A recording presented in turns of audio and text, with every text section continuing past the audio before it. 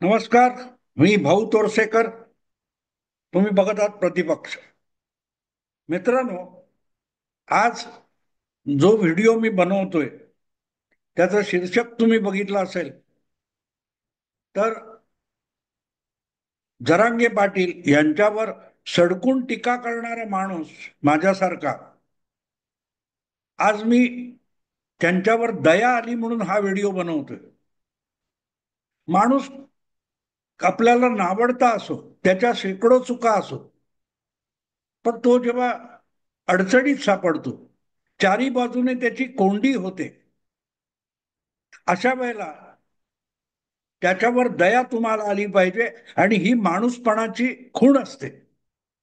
मी माणूस आहे आणि जरांगे पाटील सुद्धा माणूस आहेत, आणि ते जर कोंडीत सापडलेले असतील तर मग त्यांच्याविषयी करुणा वाटणं हे माणूसपणाचं लक्षण आहे. आणि म्हणून आज मी हा व्हिडिओ, जरांगे पाटील हे कितीही चुकले असतील तरीही का चुकले याचं परत एकदा विश्लेषण करताना त्यांना खरोखरच यापुढे जे काय त्यांनी आंदोलन करायचं ठरवलेलं आहे, जे काय त्यांचं उद्दिष्ट आहे, मग ते राजकीय असो, सामाजिक असो, कुठलंही असो, त्यामध्ये चुका का करू नये हे जितकं महत्वाचं आहे, तितकंच आपले सहकारी निवडताना आपल्याला प्रोत्साहन देणारे, आपल्याला हरभऱ्याच्या झाडावर चढवणारे, प्रामाणिकपणे आपल्याला सहकार्य करणारे आणि आपल्या लोकप्रियतेचा किंवा आपल्या आंदोलनाचा जे कोणी फायदा उठवणारे आहेत, त्यांच्यापासून जरांगेंनी सावध राहावं, यासाठीच मी आजचा व्हिडिओ करतोय. आणि म्हणून त्याचं जे शीर्षक आहे, बिच्चारे जरांगे पाटील. कारण खरंच माणूस बिचारा ठरलाय. एक महिनाभर पूर्वी किंवा 3 आठवड्यापूर्वी जो माणूस अत्यंत फार मोठा संघर्ष योद्धा, आक्रमक, आवेशपूर्ण बोलणारा म्हणून मराठा समाजाने डोक्यावर घेतला होता आणि सगळ्या माध्यमांनी त्याला हरभऱ्याच्या झाडावर चढवलं होतं, अशा वेळेला त्यांना नावडते शब्द बोलणारी जी काही मोजकी मंडळी होती, त्यापैकी मी एक होतो. आणि जरांगे पाटील किंवा त्यांच्या अगदी भक्तांना आणि खंद्या समर्थकांना नावडतं असं बोलणारा मी माणूस आहे. 2-2.5 वर्षापासून मी सातत्याने जारंगे पाटील यांना सावधानतेचे इशारे देत आलेलो. अगदी दिल्लीच्या किसान आंदोलनापासून, शाहीनबाग आंदोलनापासून, मुंबईच्या जवळजवळ 40 वर्ष जुन्या गिरणी कामगार आंदोलनापासून आणि त्याखेरीज विविध चळवळींमधल्या घटना आणि इतिहास हे सतत सांगून अशी आंदोलनं कशी भरकटत जातात आणि त्या आंदोलनावर स्वार झालेले लोक असतात, त्यांची कशी ससे होलपट होते, हे वारंवार सांगत होतो. त्यामागे सदिच्छा असतात मित्रांनो. कारण मराठा आरक्षण हा मी चुकीचा विषय मानलेला नाही, पण ज्या प्रकारचं आंदोलन होतं, ज्या प्रकारचे आग्रह होतात, ज्या प्रकारचा उतावळेपणा होतो आणि अवसान घातकीपणा सुद्धा होतो, त्यातून आंदोलन आणि त्यात उतरलेली जी गर्दी असते, त्या सगळ्यांचा भ्रमनिरास होतो. आणि भ्रमनिरास हा नैराश्याकडे घेऊन जातो. कुठलीही चळवळ असो, कुठलीही लढाई असो, त्यासाठी आधीपासून खूप तयारी करावी लागते. आणि त्यामध्ये अवसानघात झाला, गडबड झाली, तर ती सगळी तयारी वाया जाते. परत पहिल्यापासून सगळी तयारी आणि सगळी जमवाजमव करावी लागत असते. आणि त्यामुळे जे काही निर्णय त्या आंदोलनाचा, चळवळीचा, संघर्षाचा नेता जो काही निर्णय वेळोवेळी घेत असतो, क्षणोक्षणी घेत असतो, त्याचे बरे वाईट परिणाम त्या आंदोलनावर, त्या संघर्षावर, त्या लढाईवर होत असतात. आणि म्हणूनच एक एक पाऊल जपून टाकावं लागतं, एक एक निर्णय विचारपूर्वक घ्यावा लागतो. आलं डोक्यात, झालं, बोलून टाकलं, करून टाकलं, असं होत नाही. देवेंद्र फडणवीस सारखा मुख्यमंत्री हा एक एक पाऊल जपून टाकत होता. म्हणून कितीही आता काहीतरी भयंकर होणार असं वाटत असताना त्या सगळ्या आंदोलनाला अत्यंत गालबोट लागू न देता कुठलंही ते आवरण्यामध्ये मुख्यमंत्री यशस्वी झाले आणि तो मुख्यमंत्री अपयशी ठरवला जात असताना या आंदोलनाचा सर्वात मोठा लढवय्या असलेले जरांगे पाटील यांच्यावर आज केविलवाणी पाळी आलेली आहे.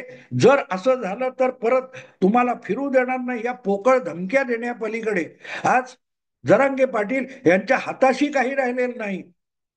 आणि त्याचं सगळ्यात मोठं कारण असं आहे की त्यांच्या त्या आंदोलनाविषयी मराठा आरक्षणाविषयी कसलीही काडीचीही आपुलकी आस्था नसलेले लोक आपापल्या स्वार्थापोटी आपल्या आपल्या मतलबासाठी जरांगे पाटील आणि त्यांच्या समर्थकांना चिथावण्यात येत होते, हरभऱ्याच्या झाडावर चढवत होते.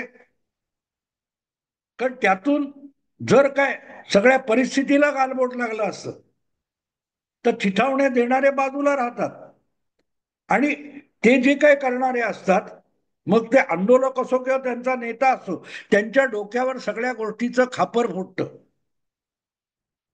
जे कोणी शेकडो लोक हजारो लोक परस्पर जरांगे पाटलांना माहिती नसताना सुद्धा मुंबईत आणले गेले, त्यासाठी भरभरून गाड्या पुरवण्यात आल्या. त्या गाड्यांकडे बारकाईने बघितलं तर लक्षात येतं या कृषी उत्पन्न बाजार समितीत नित्य नेमाने मुंबईकडे ये जा करणाऱ्या गाड्या आहेत. आणि मग कृषी उत्पन्न बाजार समितीचं नेतृत्व तिथल्या वेगवेगळ्या कामगार वगैरे वर्गाचं नेतृत्व करणारे बघितले तर तुम्हाला खरे चेहरे यात काय घुसखोरी करत होते ते लक्षात येईल.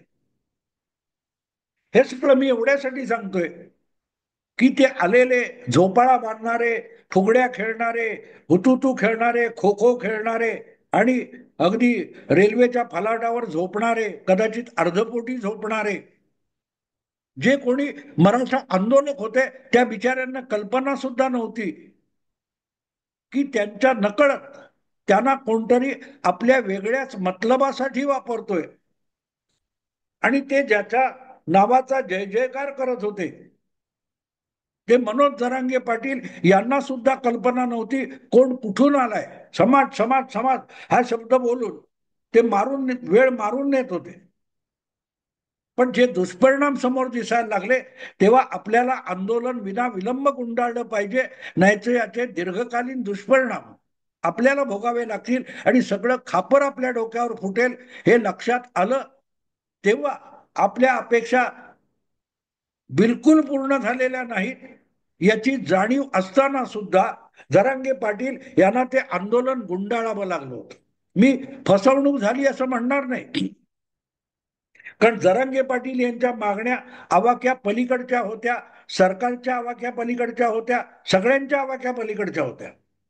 आणि त्यामुळे मागायला चंद्र आणि सूर्य पण मागता येतात. प्रेमात पडलेले लोक असतात, तो प्रियकर प्रेयसीला चांद तारे तोडकर लावू क्या वगैरे लावूंगा वगैरे वगैरे सांगतो. कोण म्हणतो तुझ्यासाठी प्रिय, तुझ्यासाठी तर मी ताजमहाल बांधेन. पण एक झोपडं बांधणं सुद्धा किंवा झोपडं भाड्याने घेणं सुद्धा त्या चौपाटीवर भेळ खाणाऱ्या प्रियकराच्या आवाक्यातली गोष्ट नसते. आणि आंदोलनात आवेश चढलेले जे लोक असतात त्यांच्यासाठी सुद्धा या आवाक्यात नसलेल्या गोष्टी सहज शक्य वाटत असतात. आणि म्हणून जरांगे पाटील यांचं आंदोलन हे पहिल्या दिवसापासून अंतरवली सराटीमध्ये लाठीमार झाल्यानंतर त्यांना जी बेफाट प्रसिद्धी मिळाली आणि पिपली लाईव्ह सुरू झालं तेव्हापासून त्यांचं आंदोलन भरकटलंय ही मी सातत्याने सांगत आलो.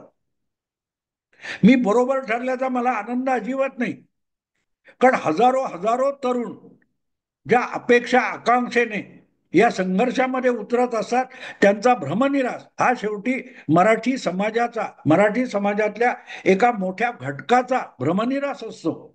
आणि इतक्या मोठ्या संख्येने ज्या समाजातले लोक निराशाग्रस्त होतात त्या समाजाला त्या लोकसंख्येला परत मनाची उभारी यायला दीर्घकाळ जावा लागतो. त्यामुळे ते एकूण समाजाचं नुकसान असतं, ते फक्त मराठा समाजाचं किंवा जरांगे पाटील यांच्या पाठीराख्यांचं नुकसान नसतं, ते एकूण महाराष्ट्राच्या समाजाचं नुकसान असतं. आणि म्हणून हे सावधानतेचे इशारे मी परत परत परत परत देत होतो. आता जरांगे पाटील म्हणतात फसवणूक झाली असेल तर परत आंदोलन करू, परत रस्त्यावर उतरू. हे सरकारला, मंत्र्यांना रस्त्यावर फिरू देणार नाही. हे बोलणं सोपं असतं, पण ते व्यवहारात उतरवणं भयंकर अवघड असतं. आणि म्हणूनच कुठल्याही आंदोलनाची सुरुवात करायची असेल त्यासाठी खूप आधीपासून तयारी करावी लागते. आणि कुठल्या परिस्थितीत किती पुढे जायचं आणि कुठल्या क्षणी 2 पावलं मागे यायचं याचं सुद्धा नियोजन करावं लागतं. पहलगामची घटना घडली ती 22 एप्रिलला घडली होती आणि आपण पाकिस्तानवर तिथल्या आतंकी अड्ड्यांवर हल्ला केला तो 6 आणि 7 मे. किती दिवस गेले बघा मित्रांनो, जवळजवळ 2 आठवडे गेले. भारतीय सेना ही तैनाती फौज आहे, तैनाती म्हणजे कायम तैनात केलेली, अगदी सीमेवर असते, आपल्या छावणीमध्ये बसलेली असते, तोफा, बंदुका, काही ती क्षेपणास्त्र रोखलेली असतात. मग बटन दाबलं आणि सोडलं असं का झालं नाही? की आपण एक कृती केल्यानंतर समोरून त्याला प्रत्युत्तर मिळालं तर आपण पुढचं पाऊल कुठलं टाकणार आहोत याची सुद्धा योजना आणि तयारी करावी लागते, आखणी करावी लागते. जरांगे पाटील यांच्या आंदोलनामध्ये त्याचा मागमूस कुठे दिसत नव्हता. मी ठरवलं, मी 29 तारीखला निघालो, मी मुंबईत पोहोचलो, मी आझाद मैदानावर येणार, मी गणपती घेऊन येणार. हे बोलणं सोपं असतं, पण त्याच्या मागे प्लॅनिंग नव्हतं. आणि म्हणून ही बेछूट आणि बेशिस्त गर्दी ही कुठच्या पंचतारांकित हॉटेलात घुसत होती, कुठच्या कोर्टात घुसत होती.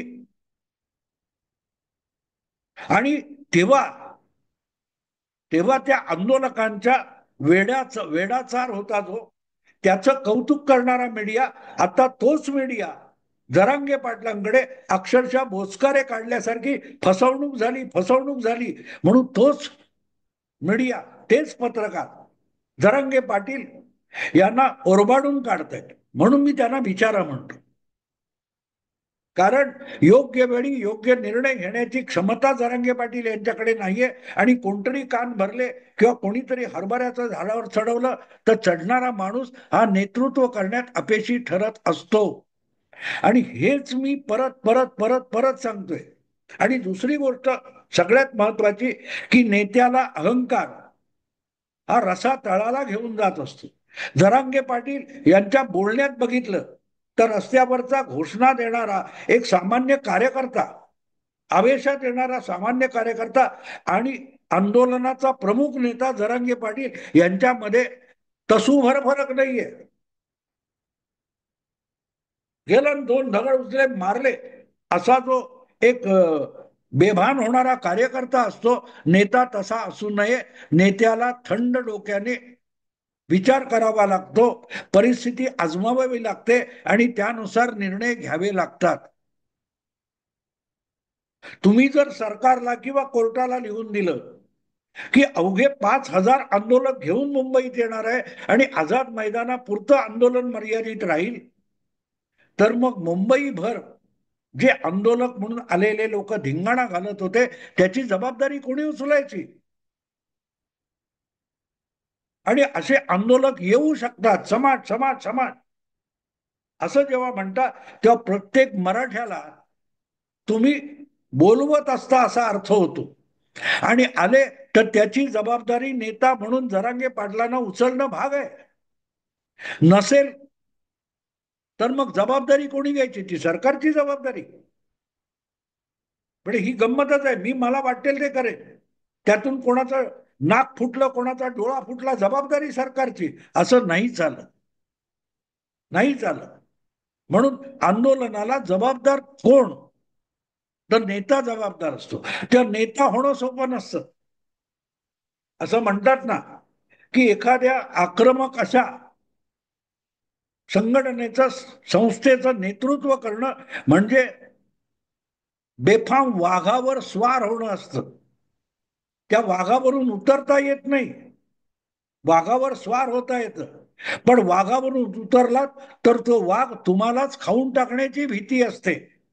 आणि तेच नेमकं जरांगे पाटील यांच्या बाबतीत झालेलं आहे. उपोषण मागे घेतलं आणि रात्रीचे 12 होण्याच्या आत जरांगे पाटील मुंबईतून निघून गेले होते. कारण सरळ होतं की आपण काय करून बसलोय आणि त्याचा दुर्गामी परिणाम काय, दुष्परिणाम काय, याने जरांगे पाटलांना आतल्या आत भयभीत करून टाकलं होतं. आणि आता पुढे काय, पुढे काय. आणि म्हणून जे कोणी अभ्यासक होते, जे कोणी तुमच्या बरोबर सहकारी होते, जे कोणी मार्गदर्शक होते, त्यांच्याबरोबर वेळोवेळी बसून विचार करणं, 10 पर्याय समोर ठेवणं. विचारक अभ्यासक असतात, ते लढाईत उतरत नाही, पण ते तुम्हाला आवश्यक असलेली माहिती त्यांची सांगड घालून देण्याचं काम करतात. त्यांच्याबरोबर बसणं आणि ठरवणं. नरेंद्र मोदी सीमेवर गेलेले नव्हते आणि अगदी आपले जे जनरल एअर मार्शल वगैरे हे पण सीमेवर जात नाही, पण ते अशा स्वरूपाची युद्ध परिस्थितीची आखणी करतात, ऑपरेशनची आखणी करतात की त्यानुसार सैनिक किंवा त्यांचे कनिष्ठ अधिकारी ती प्रत्यक्ष कारवाई नेमकी करतात, नेमकी करतात. तेव्हा नेता झाल्यानंतर आपण घोषणाबाज कार्यकर्ता नाही आहोत, तर आपण या सगळ्या हजारो लोकांचा नेता आहोत आणि आपल्या एका शब्दावर त्या हजारोंच्या जनमानसावर एक प्रभावी परिणाम होत असतो, याचं भान नेत्याला पहिल्यांदा असलं पाहिजे. जरांगे पाटील यांचं बोलणं ऐकलं तुम्ही, रेकॉर्ड तुम्ही काढून बघा, सगळं ऑनलाईन तुम्हाला प्रचंड ऑनलाईनवर त्यांची भाषा, त्यांचं बोलणं, त्यांची वक्तव्य शिवीगाडी सकट उपलब्ध आहेत. ते बघितलं की कळतं हा माणूस थंड डोक्याने विचार करू शकत नाही. कोणीतरी कान फुंकले की एका मिनिटात स्फोटक परिस्थिती निर्माण करण्याची तकलादू अवस्था जरांगे पाटलांची मानसिकता आहे. आणि तकलादू मानसिकता कुठल्याही समाजाला घेऊन जाऊ शकत नाही. जसा अजमल कसा मुंबईपर्यंत आला, आत्मघाती म्हणून आला, मारला गेला, फाशी गेला, त्याच्या बरोबरचे लोक मारले गेले. पाकिस्तानातून भारतात येणारे अनेक अतिरेकी हे मृत्यूच्या तयारीने येतात. ते नेते नसतात, त्यांना कोणीतरी पाठवलेलं असतं. त्यामुळे नेता जो असतो त्याला त्या सगळ्या आंदोलनाची भूमिकेची जबाबदारी घ्यावी लागते. म्हणून थंड डोक्याने विचार करून एक एक पाऊल टाकावं लागतं. जे या सगळ्या आंदोलन काळामध्ये किंवा गेल्या 2-2.5 वर्षामध्ये देवेंद्र फडणवीस थंड डोक्याने जराही विचलित न होता त्या आंदोलनाला हाताळतायत, तिथे कळतं की समोर तितक्या ताकदीचा टक्कर देऊ शकणारा मराठा आरक्षणाकडे नेता नाहीये. जेव्हा त्या अंगावर येतं तेव्हा झटकून टाकायचं, सरकारची जबाबदारी आमची नाही. आणि मग 9ची कोर्टाने वेळ दिल्यानंतर 9च्या ठोक्याच्या आधी जरांगे पाटील निघून गेले. पण मुंबई भर पसरलेल्या त्या निरागस आणि अनवधानाने मुंबईत पोचलेल्या हजारो मराठा तरुणांचं काय, त्याची कोणी पर्वा केली का? नेता त्याची पर्वा करेल तेव्हा नेता असतो, नसेल तर तो अपेशीच ठरतो. आणि म्हणून मी जरांगे पाटील यांना बिच्चारे असं म्हटलेलं आहे. कारण आता एवढं सगळं होऊन गुलाल उधळला, हे झाला, फसवणूक झाल्यावर तुम्ही गुलाल उधळलात आणि आता तुम्ही सांगतात फसवणूक झाली तर परत एकदा आंदोलन. अशी किती आंदोलनं करणार? रोज रोज उठून ऑपरेशन सिंदूर नाही करतायत. म्हणूनच ऑपरेशन सिंदूर धडा शिकवल्यानंतर थांबवण्यात आलं आणि अजूनही त्या धक्क्यातून, पराभवातून पाकिस्तानला उठून पायावर उभं राहणं अशक्य आहे. कारण कॅल्क्युलेटेड केलेली खेळी होती, अत्यंत मोजून मापून उपसलेलं हत्यार होतं. आपल्याकडे म्यानात तलवार आहे म्हणून परत परत उपसून नाटकातली नाट्यमय आवेशपूर्ण वाक्य बोलता येतात, पण ती तलवार अशा बडबडीतून बोथट होऊन जात असते. आणि त्याचमुळे जरांगे पाटील यांच्यावर आता बिच्चारे होण्याची वेळ आली आहे. कारण कालपर्यंत त्यांना कौतुक करणारे, प्रोत्साहन देणारे, चिथावण्या देणारे आता त्यांना बोचकारे काढायला लागले. मित्रांनो, आता इथेच थांबतो. आवडलं लाईक करा, शेअर करा आणि प्रतिपक्षाला सबस्क्राईब करा. नमस्कार.